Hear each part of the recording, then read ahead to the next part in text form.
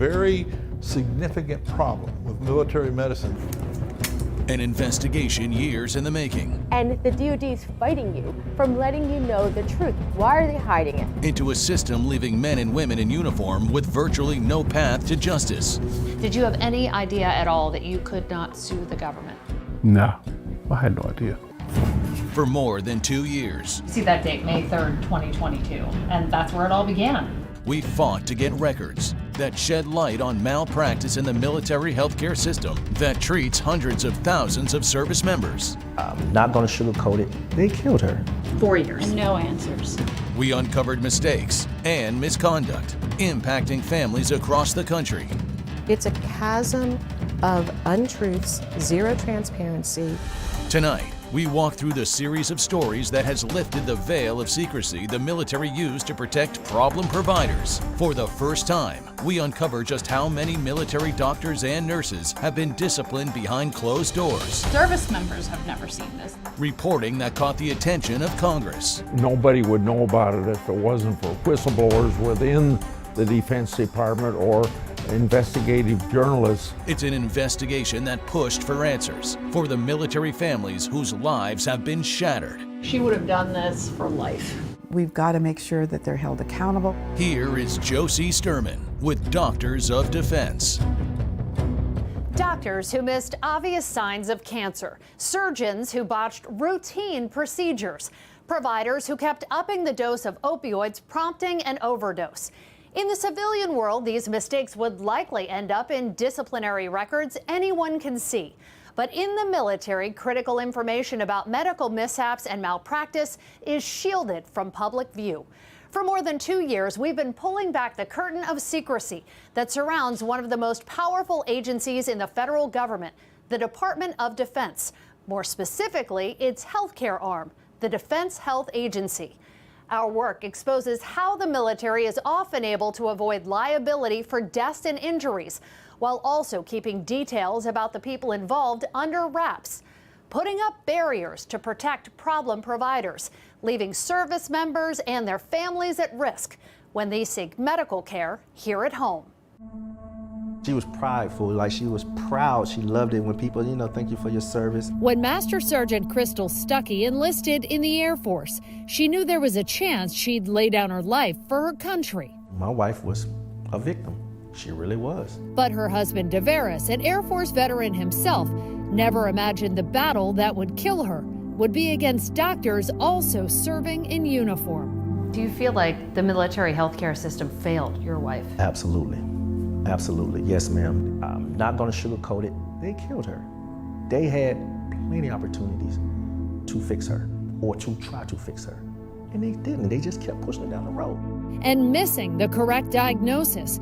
Crystal's family says for months, doctors on base dismissed the excruciating headaches and pain that brought her to the ER as often as 2 times a week.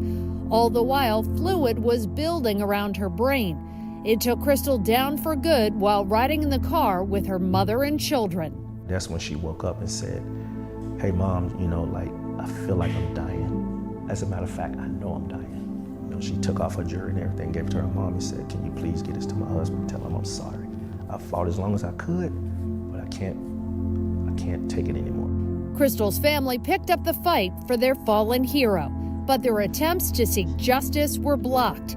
The military and its medical provider shielded from public responsibility in a system that we've discovered leaves service members and their families in the dark, without answers and often without a path to seek compensation. These are simple issues. For more than 2 years, our national investigative team has been putting names and faces to a fraction of the hundreds of people fighting potential medical malpractice in the military. Headaches and death, ear tubes and brain damage, shoulder surgery and death. The families and victims who went through it all met by a wall of resistance in their battle for accountability. So we've got Florida, Maryland, California, Maryland, Texas. So across the country. They're forced to fight something called the Ferris Doctrine, a decades-old court decision that effectively bans service members from suing the government for malpractice. Years ago, Congress tried a workaround, passing legislation that allows active-duty military to file malpractice claims. But that process, we've found, is secretive, handled behind closed doors by the military itself, and without the usual legal tools like witness testimony and discovery. The system has been plagued by denials and lengthy delays, with some claims sitting in limbo for years. And his claim has been denied. And others turned down with little explanation from the military for families who lost the ones they loved. At what point did you know something is really wrong with Jordan here? From day one. And I live with that guilt. I live with that guilt. That why didn't I get on a plane and do something about this? But he kept saying to me, Mom, I'm gonna be okay. I trust them. Jordan Way's mother, Susie, says her son had no reason not to trust the medical staff at Bush Naval Hospital at 29 Palms in California. He was one of them. The 23-year-old Navy corpsman filled prescriptions as a pharmacy tech, but it was the one written for him after routine shoulder surgery that would turn out to be a poison pill. Records show doctors kept upping the dose on his pain meds, despite repeated claims it wasn't working. Jordan died just 3 days later from opioid intoxication. Records showing he took more than 80 oxycodone as directed. Your mind just starts writing a story that you don't have any content, true content to fill in the gap, so to speak. And then to try to get that information and to be told continually, we don't have to tell you anything. Our series of investigations has repeatedly attempted to dig up the truth, shedding light on how malpractice is covered up in the military, not only when it involves service members, but also their families. He was getting a common procedure that children get every day. Ear tubes. Dependents of active duty personnel can and do file malpractice lawsuits. They're not fettered by the Ferris Doctrine. An annual report to Congress shows almost $1 billion in taxpayer money has been spent since 2009 to resolve just their cases. That tells me there's a very significant problem with military medicine that needs to be looked at and addressed. And it would start, in my mind, with holding these doctors and the other folks involved individually accountable for what's happened here. But accountability can be avoided to some extent because the government pays the cost of military malpractice and the providers involved aren't made public. That congressional report doesn't name names, which may only come to light when egregious cases make headlines or filings end up on the internet. Even when they do, military malpractice victims still have no idea whether the providers involved have been punished. That's kept completely confidential. You see that date, May 3rd, 2022, and that's where it all began. For more than 2 years, our team has been battling the Department of Defense and the Defense Health Agency, which oversees military health care, trying to get information about malpractice cases involving military doctors and other healthcare providers in uniform. Since May 2022, we filed at least a dozen Freedom of Information Act requests with both departments as well as the individual branches of service. What do you think the obligation is on the military to be more transparent about this? Right now, the secrecy isn't really helping anyone except for people who are bad actors. Bad actors protected from public view. In the civilian world, disciplinary action against doctors, nurses, and other healthcare professionals is routinely posted on state board websites for anyone to see. But the military shares nothing like that with service members or their families, even in malpractice cases where people are hurt or killed. You can still get some level of data that isn't going to hurt anybody's privacy, but is going to shed some more light on the problem and the issue. And the government should be putting this information out already. It's embarrassing. You're doing these stories to let everyone know the truth. And the DOD is fighting you from letting you know the truth. Why are they hiding it? Why are they hiding it? Because it's bad. After the threat of potential action from our legal team, we were finally given limited data never before seen by the public. It pulls back the curtain on a secretive system that shields those health providers from accountability. The military wouldn't name providers, but did tell us basic statistics about reporting to the National Practitioner Data Bank. That's a confidential government repository that houses disciplinary records and malpractice judgments against healthcare professionals across the country. It includes cases involving misconduct and mistakes, even injuries and deaths.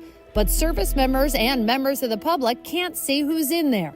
The Defense Health Agency data showed that between 2018 and 2022, there were at least 160 suspensions of 30 days or more reported to the databank. Nearly 200 cases where military providers had action taken against their privileges to practice, and more than 250 cases where peer review panels found providers failed to meet the basic standard of care. But those numbers didn't tell us just how many providers were actually involved in those cases or what roles they played. How can you have that many incidences and that many problems and that much cost? The scarier part is, who are they? We continue fighting to find out. With the defense agencies repeatedly stonewalling our efforts, our team tried a new approach, requesting specific information about which kinds of providers are in that confidential databank from the confidential databank itself. What we obtained shows more than 200 military doctors, nearly 170 nurses, and almost 400 other medical professionals, like physician's assistants and dentists, have been reported for disciplinary action since 2018. And finally, we've got Blondie. But their punishment remains a mystery, even to the people they may have harmed. Do you know if any of the nurses or doctors involved in your care in any of these mistakes, were they disciplined in any way? Not that I know of. A scheduled C-section with her fourth child changed Army Captain Blondie Victor's life forever. In 2019, instead of taking her baby home, she spent nearly a month in a military hospital after hemorrhaging blood hours after delivery. An emergency hysterectomy turned into a cycle of surgeries and infections after Blondie discovered doctors sewed her stomach to her intestines. If I was not my own advocate and if I was not medical or healthy at that point, I would have died. She's still living with the pain and complications 5 years later. Despite her goal of making major, Blondie retired from the Army, filed a malpractice claim against the military that's still in limbo, and moved her nursing career into the civilian world, where secrets like the ones surrounding her case are a little harder to keep. These doctors, if they were sued in court, we would see their names, we would see the outcome, we would see the allegations, but because this is within the military, it's all kept secret. What do you think about that? I think that's a disgrace. Our investigative team was able to share the stories of people like Blondie Victor with help from a network of established, deeply entrenched sources from the military community, but also thanks to some outside-the-box thinking that brought sources pouring in from across the country.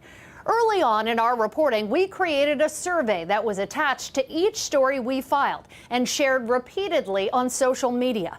That survey, which asked people to share their experiences with military medical malpractice, led us to dozens of sources we talked to both on and off the record to bolster our reporting, including malpractice victims, experts on discipline for medical providers, hospital credentialing, the military justice system, and insiders within the Defense Department. The survey was instrumental in connecting us with a military whistleblower who was willing to put his career on the line to share confidential documents. Using those records, our team showed for the first time how military officials evaluate severe injuries and deaths following a mishap, acknowledging mistakes and missteps in black and white, but keeping the discipline and consequences from ever seeing the light of day.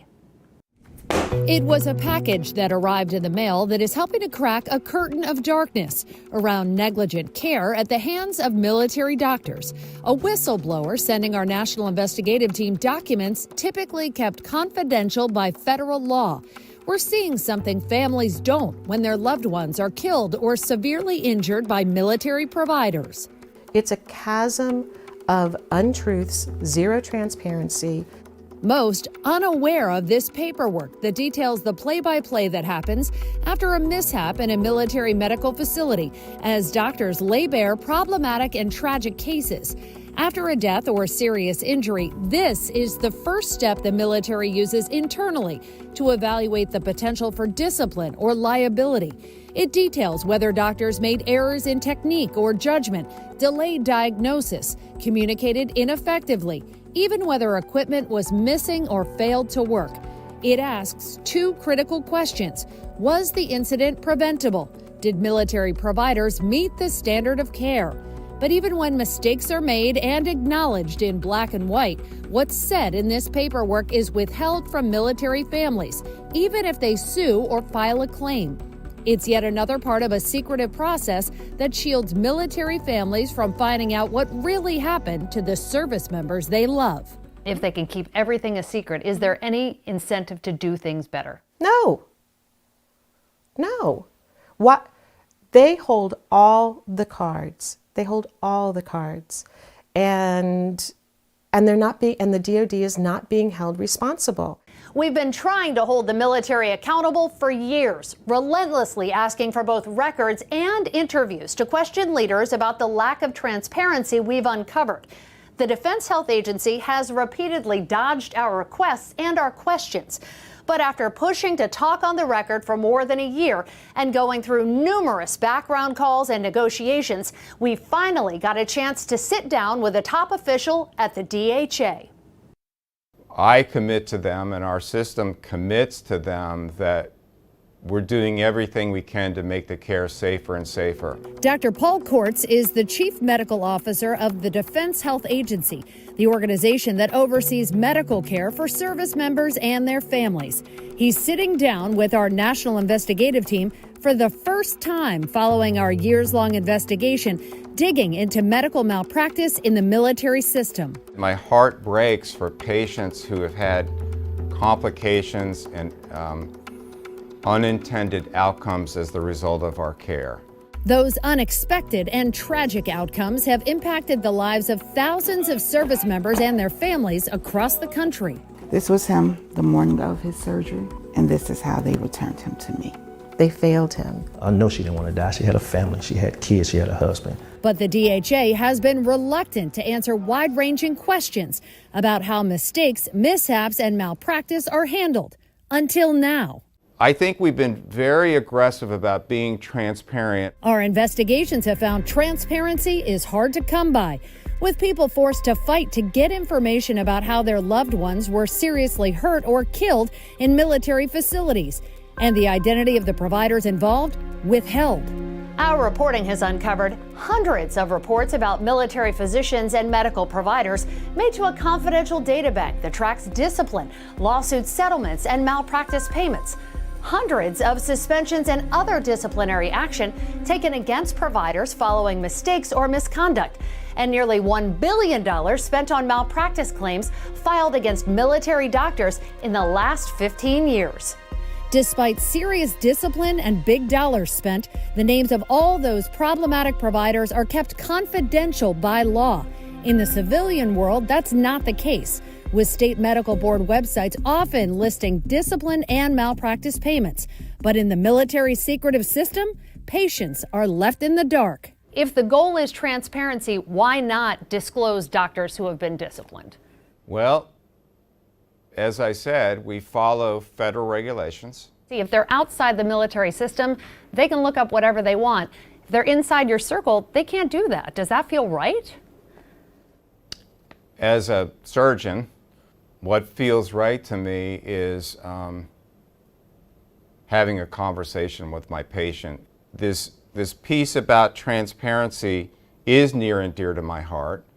Being transparent with the patients, we can certainly think through, not that more can't be done necessarily, but I think we've been very forthcoming with respect to the information that we have made available to the patients. Courts pointed to agency and third-party websites that detail ratings, patient survey results, and statistics related to harm and deaths at specific military facilities and clinics. But we found the agency's Transparency Hub is hardly transparent, with no data found about adverse events at some locations and outdated news releases, reports, and policies on their homepage. The most recent post highlights high safety grades given to just 9 military hospitals, something courts cited during our interview, along with consistent recognition for a handful of facilities by the American College of Surgeons. But when pressed about the basic data we obtained about providers on the other end of the spectrum, those involved in discipline, he was far more elusive. Is it satisfactory to you to have 500 doctors or providers reported in that small window of time? Josie, we have multiple sources of information about the safety and quality of our care.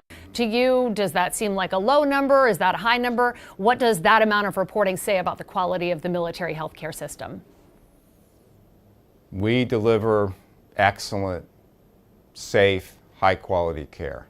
Court says the goal is zero harm, something he says the DHA tries to achieve through root cause analysis, looking at what went wrong in serious injuries and deaths, using data to look for trends system-wide, and then creating policies designed to improve healthcare quality overall. They deserve the highest quality, safest care that can be delivered anywhere in the world, and that's my commitment and our commitment to make that happen. We continue pressing for the information the Defense Health Agency has repeatedly told us it discloses as part of its transparency effort. Our team recently filed 3 new additional FOIA requests seeking information the agency said it would hand over months ago. We still haven't gotten that or records we've asked for related to specific providers involved in the cases we've covered. As our fight continues, members of Congress are responding to our investigations. What we reported, did it surprise you, shock you? Of course it shocked me. I need to thank the journalists that are involved in investigating these things, because there's so many things that are wrong with the Defense Department.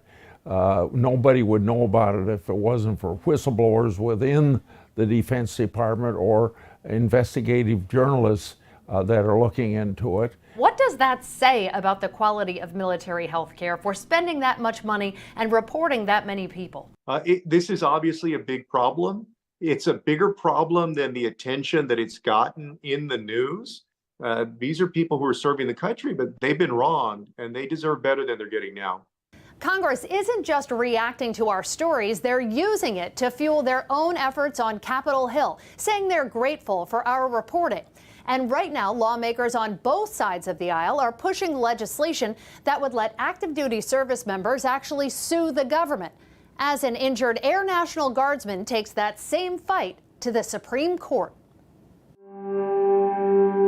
It means a lot. It means that I worked hard for this.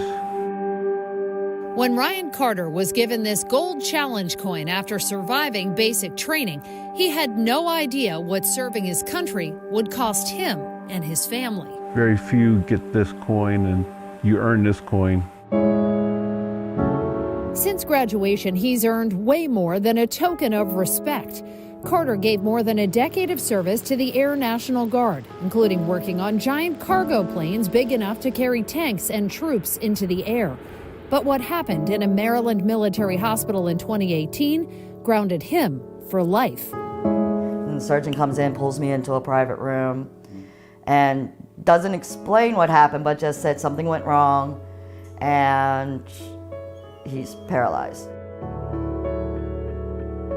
A lot of therapy goes into that maneuver. Ryan, a former staff sergeant, now relies on a wheelchair, unable to use his legs after elective spine surgery to deal with chronic pain in his neck. He was paralyzed at Walter Reed, the military's premier hospital, when the procedure went tragically wrong. It's like someone just, went in and cut my nerves and just said, good luck.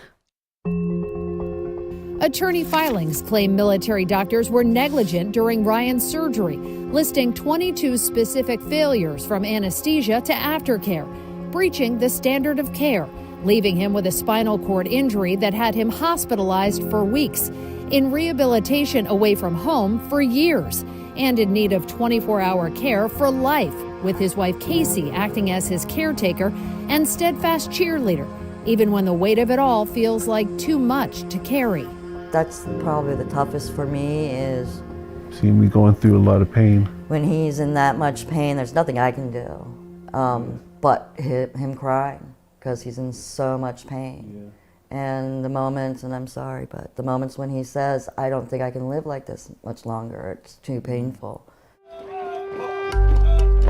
It's pain amplified by injustice that only applies to those in uniform.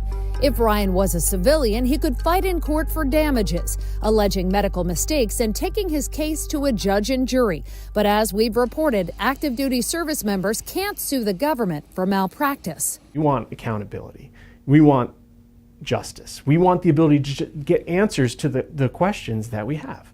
To get it all, attorney Chris Cassiano is now climbing the legal mountaintop, petitioning the Supreme Court to hear Ryan's case. More than 20 organizations representing military causes have filed briefs in support, along with several members of Congress. When you think about the gravity of that, how do you feel about being the face of a case that you're trying to ask the highest court in the land to weigh in on what happened to you? This is the position that the Lord put me into, and this is the position where this is, to me, my new mission. We're doing what we're doing, not just for us, but for the bigger picture, for all the other service members that have come before them, that will come after them. Texas Congressman Joaquin Castro is trying another avenue to make things right for active duty service members. As the Carters lobby the Supreme Court, he's lobbying Congress, fighting for the HERO Act, which would allow active duty military to file lawsuits for malpractice, saying the current claims process is broken. And so what we're trying to do with the HERO Act is pretty simple. We're trying to give military members the same rights that civilians have. Rights including access to information about medical providers that civilians routinely get, from lawsuit filings and disciplinary actions made public by state boards across the nation. Are you surprised by the lack of transparency for these people and their families who are willing to put their lives on the line for us? I'm surprised that our government would treat our military members this way, that there would be this level of secrecy, that there would be non-transparency. There really is no reason for that. Now, don't get me wrong. These are also military members who are generally honorable people who are often trying their best. But I'm uncomfortable with a situation where if a medical professional knows that there is basically no chance that there's going to be any consequences if they mess up, if they don't pay particular attention to a procedure that they're carrying out, there is a bad incentive for them then not to take the care that they should. Care that can end up costing service members their lives, even their quality of life. It's a price paid by Ryan Carter and his wife, Casey. Sometimes I feel guilty. I talk to a therapist for that once a week. Feel like a burden? Yeah, I feel like sometimes it is a big burden. A burden that may turn out to be a blessing to other members of the military as Ryan continues his service to country, battling through his recovery and the courts. Our battle isn't over yet either, and we want to hear from you as we continue reporting. If you've experienced medical malpractice in the military, or if you think you can be a source for our stories, fill out our online survey and add to our coverage. You'll find it at investigatetv.com/defense. Our investigations have uncovered stunning lapses in transparency and accountability. We've exposed medical misconduct and mistakes hidden from public view that cost taxpayers hundreds of millions of dollars. And we've highlighted the heartbreak of military families who paid the ultimate price. Their enemies not on the battlefield, but the Defense Department itself, protecting its best interests instead of the men and women who serve. I'm Josie Sturman. Thanks for watching.